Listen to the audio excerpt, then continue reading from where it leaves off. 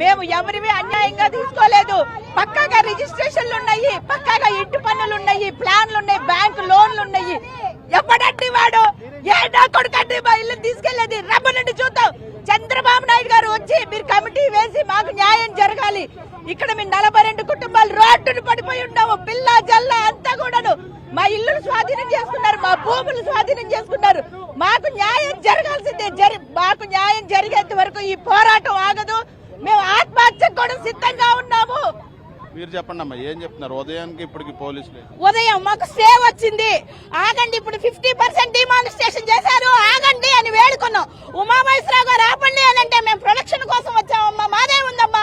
ఆ కోర్టు అమ్మినారు అడగదు ఏమంటే హార్డ్ కాపీ చూపిస్తే ఎలా అవతలకి ఆ రాయి తీసుకొని బిల్డింగ్ మీదకి ఇసిరేస్తాడు. ఆడవాళ్ళు పైన ఉంటే చర్చిని పడేశారండి, దేవుణ్ణి కూల్చారు. కావాలి మేము కష్టపడి కొనుక్కున్నాం, గొప్పలేదు ఎవరి మమ్మల్ని కూల్చారు. కానీ మా దేవుడిని కూల్చేశారు, చర్చిని కూల్చేశారు. అక్కడంతా చర్చి అంతా శిథిలమైపోయి ఉంది.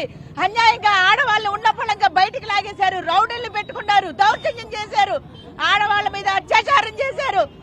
దీనికి సమాధానం చెప్పి తీరాలి. మా భూములు మా ఆస్తులు మాకు కావాలి.